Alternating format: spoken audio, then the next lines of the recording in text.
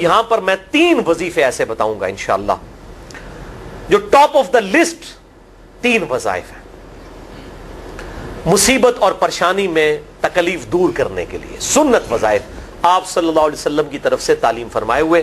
ان میں سے پہلا وظیفہ یہی جس کا قرآن میں بھی ذکر آ گیا کہ جو ان الفاظ کے ساتھ ہمیں پکارے گا، اللہ تعالیٰ فرماتا ہے کذالک ننجی المؤمنین، ہم اہل ایمان کو بھی نجات دیں گے اس طریقے سے، صرف یونس کو نہیں، اہل ایمان کو بھی۔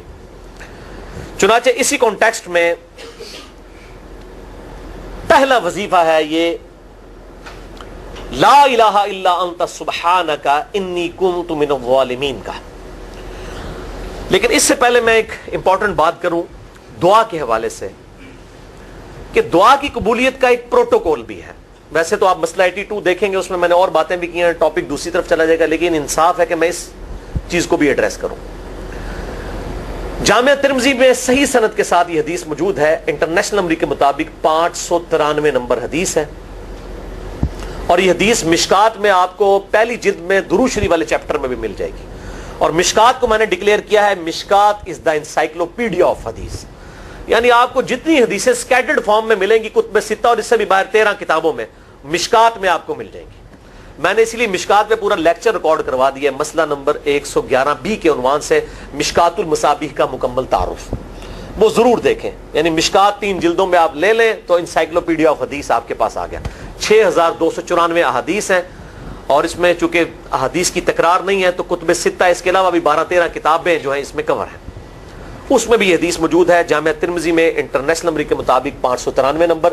سیدنا عبداللہ ابن مسعود رضی اللہ تعالیٰ عنہ کہتے ہیں کہ ایک دفعہ میں آپ صلی اللہ علیہ وسلم کی موجودگی میں نماز پڑھ رہا تھا، اور سیدنا ابو بکر اور عمر رضی اللہ تعالی عنہما وعلیہم السلام وہ بھی وہاں پہ موجود تھے۔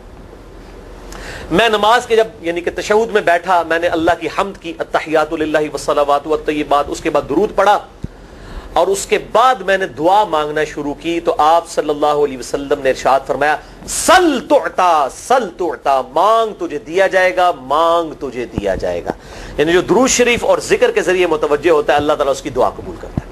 اور پھر ابن مسعود ادھر ہی روایت کرتے ہیں، ساتھ ہی جامعہ ترمذی میں دوسری حدیث ہے صحیح سند کے ساتھ کہ ایک شخص آیا، اس نے جو ہے وہ نماز کے دوران حمد و درود کے بغیر ڈائریکٹ اللہ سے مانگنا شروع کر دیا، تو جب وہ فارغ ہوا آپ صلی اللہ علیہ وسلم نے اسے بلا کر کہا کہ سائل تو نے مانگنے میں جلدی کی، تجھے چاہیے کہ جب دعا مانگنے لگے پہلے اللہ کی حمد بیان کر، پھر مجھ پر درود پڑھ، اور پھر اللہ کی طرف متوجہ ہو۔ اور اس حدیث میں آتا ہے کہ ایک اور شخص آیا، یعنی ابن مسعود وہ خود تھے، اور اس نے اللہ کی حمد اور درود کے ذریعے دعا مانگی تو آپ صلی اللہ علیہ وسلم فرمایا سل تعطا سل تعطا، مانگ تجھے دیا جائے گا، مانگ تجھے دیا جائے گا۔ درود شریف پہ میں الگ سے بھی لیکچر دے چکا ہوں، مسئلہ نمبر 56 کے عنوان سے 2 گھنٹے کی گفتگو ہے۔ درود شریف کے صحیح فضائل اور صحیح احکام و مسائل بڑی ڈیٹیل کے ساتھ ہر اینگل سے درود شریف کے حوالے سے آپ کو وہ سمجھ لیں کہ انسائکلوپیڈیا ہے وہ لیکچر، مسئلہ نمبر 56 اہل سنت پاک.com پہ۔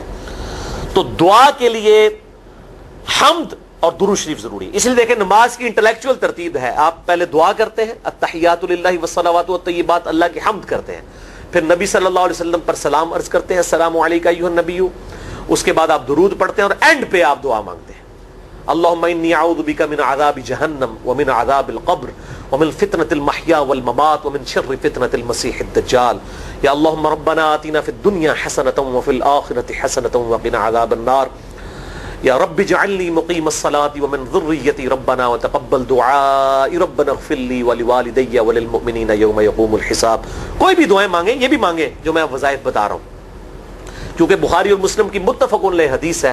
مشکات میں آپ کو تشہد والے چیپٹر میں حدیث مل جائے گی کہ نماز میں تشہد میں درود کے بعد جو چاہو اپنے رب سے مانگو، یعنی عربی میں مانگنا ہوگا، دعائیں مانگیں، دعائیں معصورہ کتاب و سنت میں جتنی ہیں وہ مانگیں، اس کے علاوہ بھی مانگ سکتے ہیں اگر الفاظ درست ہوں لیکن عربی زبان میں۔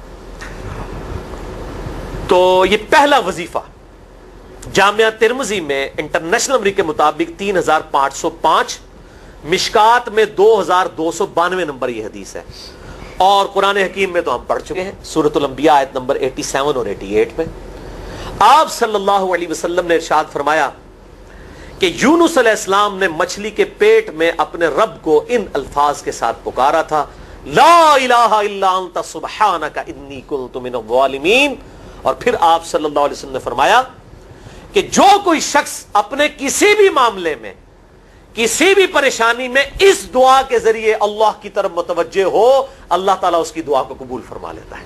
اور قرآن میں بھی آ گیا نا کذالک ننجی المؤمنین.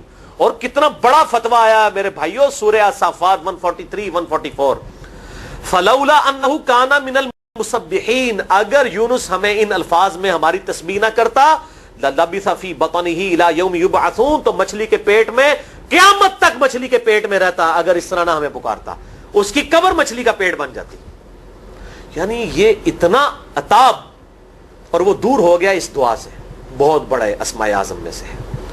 تو یہ بہترین دعا, بہترین وظیفہ, اسماء اعظم میں سے بہترین چیز, اور سب سے بڑھ کر جو میں نے بات کی کہ بہترین استغفار, اللہ سے توبہ مانگنے کا بہترین ذریعہ.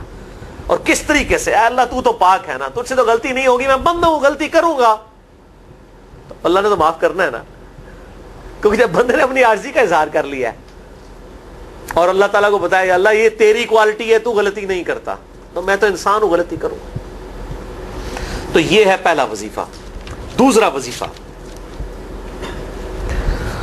وہ بھی جامعہ ترمذی میں انٹرنیشنل نمبر کے مطابق 3524 نمبر حدیث ہے, لیکن ترمذی کا طریق جو ہے وہ ضعیف ہے.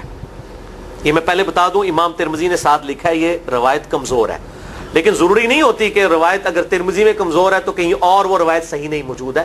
اس کی صحیح سند المستدرک للحاکم میں انٹرنیشنل نمبر کے مطابق 1862 نمبر موجود ہے, اور سنن نسائی الکبریٰ میں 10492 نمبر ہے, اور مشکات میں بھی 2454 نمبر حدیث ہے انٹرنیشنل نمبر کے مطابق. تو صحیح سند المستدرک للحاکم اور سنن نسائی الکبریٰ کے اندر موجود ہے. اور وہ وظیفہ ہے انس ابن مالک کہتے ہیں اور سعد ابن ابی وقاص کہتے ہیں رضی اللہ تعالی عنہما وعلیہم السلام, کہ آپ صلی اللہ علیہ وسلم کو جب کبھی کوئی تکلیف یا پریشانی پہنچتی تو آپ صلی اللہ علیہ وآلہ وسلم ہمیشہ ان الفاظ میں اپنے رب کو پکارا کرتے ہیں, یا حی یا قیوم برحمتک استغیث. اے خود سے زندہ ہر چیز کو تھامنے والے, میں تیری رحمت کے ساتھ تیری مدد کا سوال کرتا ہوں. استغیث بولیں گے نا الف کے ساتھ حمزہ کے ساتھ تو یہ سنگولر کا صیغہ ہوگا, اور اگر ہم بولیں گے نستغیث نون کے ساتھ تو یہ جمع کا صیغہ بن جائے گا. یہ میں اس لیے بتا رہا ہوں, لوگ پوچھ رہے ہوتے ہیں جی بعض جگہ لکھا ہوتا ہے جناب نستغیث, بعض جگہ لکھا ہوتا ہے استغیث, کیا کریے وہ نستغیث جمع کا صیغہ بنا لیا جاتا ہے. جیسے دعا ہے سنن ابی داؤد میں اللہم اجرنی من النار, لیکن اگر جمع کا صیغہ بنائیں گے تو اللہم اجرنا من النار ہو جائے گا. اس طریقے سے دعائے قنوت کے الفاظ ہیں اللہم اہدنی فی من ہدیت, تو جمع کا صیغہ ہوگا اللہم اہدنا فی من ہدیت. یہاں پر بھی ہے یا حی یا قیوم برحمتک استغیث سنگولر کا صیغہ, اور نستغیث پلورل کا صیغہ جمع کا صیغہ. کتنی بہترین دعا ہے, اے خود سے زندہ ہر چیز کو تھامنے والے, میں تیری رحمت کے ساتھ تیری مدد کا سوال کرتا ہوں. تو یہ بھی اسماء اعظم میں سے ہے.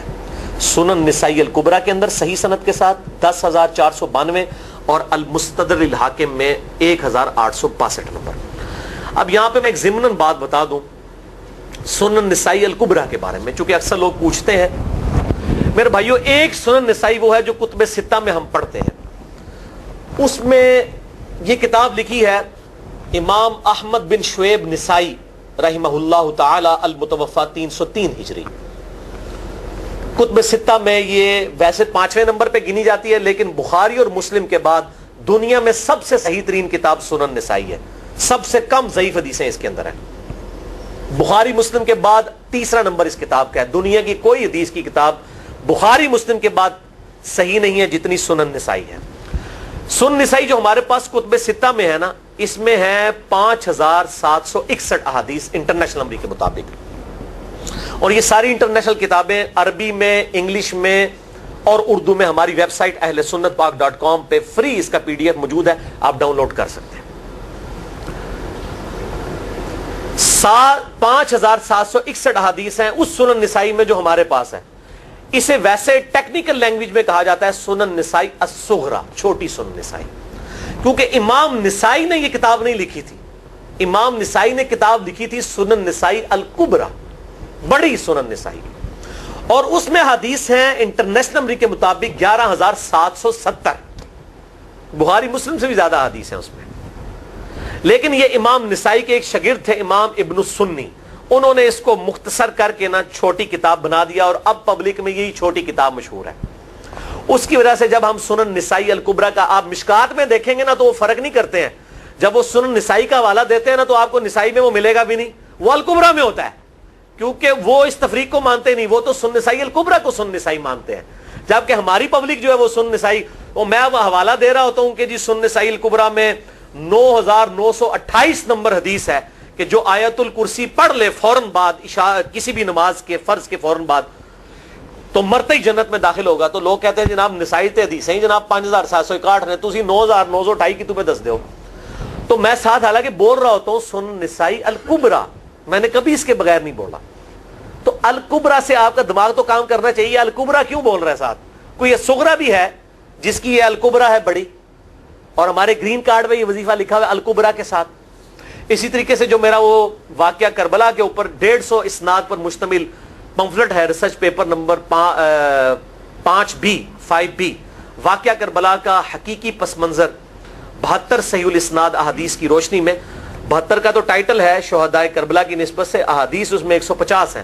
اس میں اکثر حدیثوں کے حوالے میں نے سنن نسائی الکبریٰ سے دیے ہوئے ہیں. وہ لوگ کہتے ہیں مل ہی نہیں رہی ہے، تو میرے بھائی وہ سنن نسائی الکبریٰ آپ کے پاس ہوگی تو آپ کو ملے گا نا.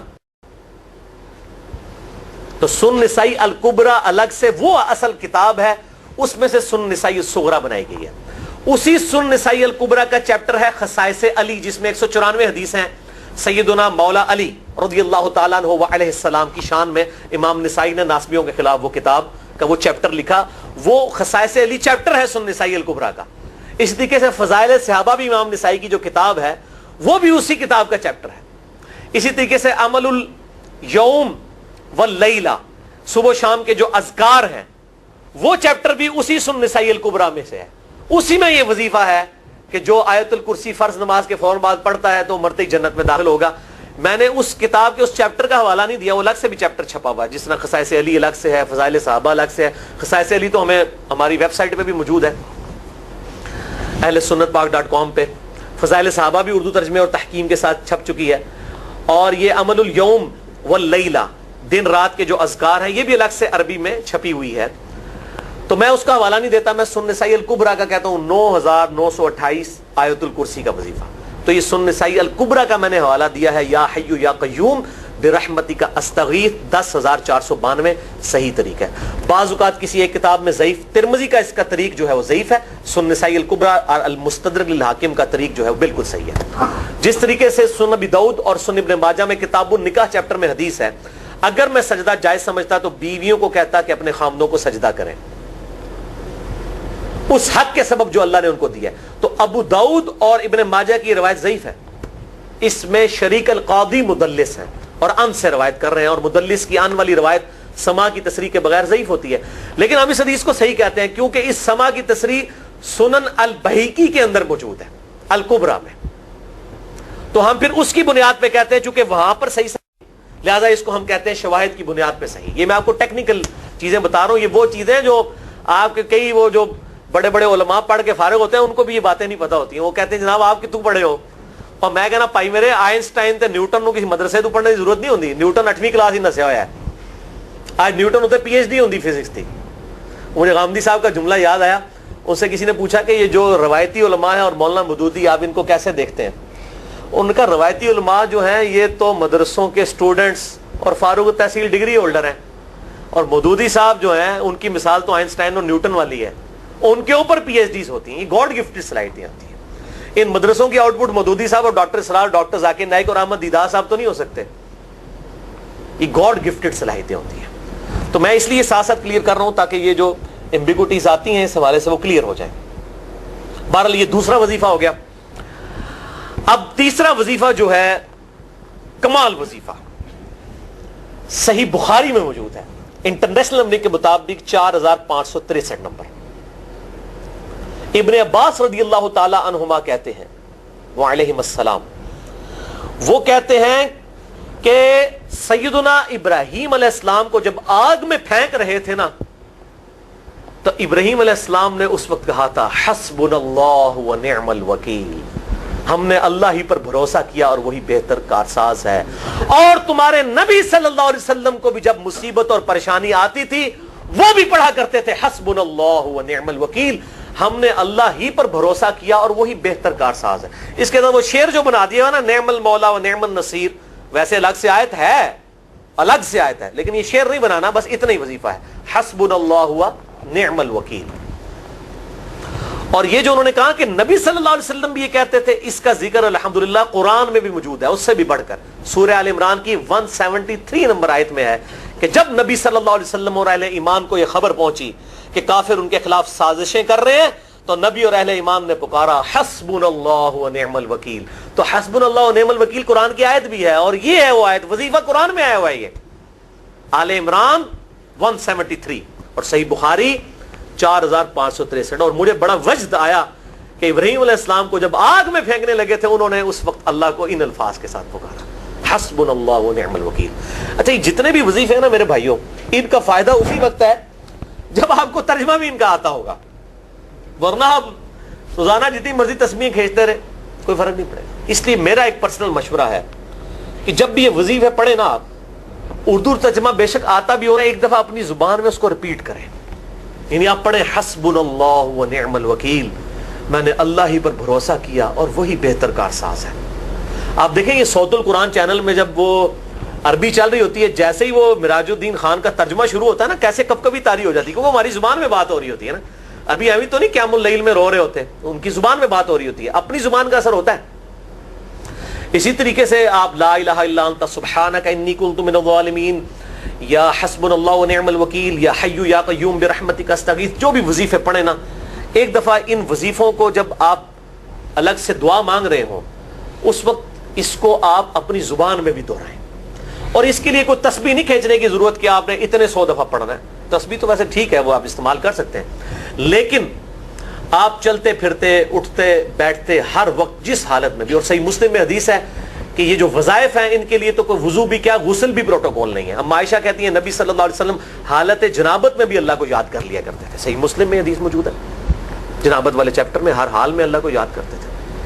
اور جو قرآن میں بھی دعائیں یا اذکار آئی ہیں نا، جب آپ حالت جنابت میں بھی اس کو کریں گے نا تو اس پہ قرآن کا حکم نہیں لگے گا. تو جامعہ ترمذی اور ابو داؤد میں جو حدیث ہے کہ حضرت علی کہتے ہیں نبی صلی اللہ علیہ وسلم کو حالت جنابت کے علاوہ کوئی اور حالت قرآن پڑھنے سے مانے نہیں ہوتی تھی، تو اس سے مراد قرآن کی تلاوت ہے. اگر قرآن کی دعائیں جیسے ہیں بسم اللہ الرحمن الرحیم، یہ بھی تو قرآن ہے، سبحان اللہ بھی تو قرآن ہے، الحمدللہ بھی تو، یہ اذکار جو ہے نا جب آپ اذکار کی نیت سے پڑھ رہے ہوں گے پھر یہ قرآن نہیں شمار ہوں گے، ذکر شمار ہوں گے. اور اس کے لیے نہ وضو پروٹوکول ہے اور نہ غسل کا ہونا ضروری ہے، ہر حال میں اللہ کو یاد کریں. یونس علیہ السلام نے کتنے یاد کیتا ہے؟ فی الظلمات، مچھلی کے پیٹ میں، جہاں نہ کوئی اگربتی تھی اور تعفن پھیلا ہوا تھا اور اندھیرا ہی اندھیرا تھا. یہاں پہ وہ جناب کس طرح وہ روشن کرتے ہیں، پھر 1.25 لاکھ دفعہ پڑھواتے ہیں. یعنی میں بتا رہا ہوں آدھا سچ بڑا خطرناک ہوتا ہے. یعنی آیت کریمہ کی اصلیت تو موجود ہے کتاب و سنت میں، لیکن آدھا جو سچ جھوٹ ساتھ ملا لیا نا اس کی وجہ سے سارا بیڑا غرق کر دیا ہوا. اور بجائے یہ کہ لوگوں کو یہ وظیفہ بتایا جائے کہ اٹھتے بیٹھتے چلتے پھرتے اللہ کو ان الفاظ میں یاد کریں، اس کو انہوں نے کوئی اور ہی رنگ دے دیا ہوا ہے اور اس کو 1.25 لاکھ دفعہ ختم اور پتہ نہیں کیا کچھ بنا دیا ہوا ہے.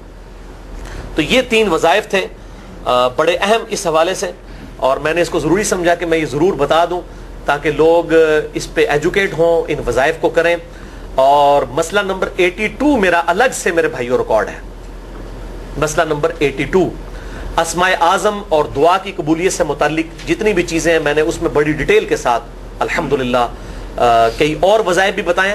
لیکن اب وہ اتنے وظائف کوئی جمع کرنے کی ضرورت نہیں ہے. موٹے موٹے 3 وظیفے جو بتا دیے انہی کو اگر کوئی لے لے اپنی دعاؤں میں انہی وظائف کو کرے تو اللہ تبارک و تعالی ہر معاملے میں جو ہے وہ انشاءاللہ تعالی کفایت فرمانے والا ہے.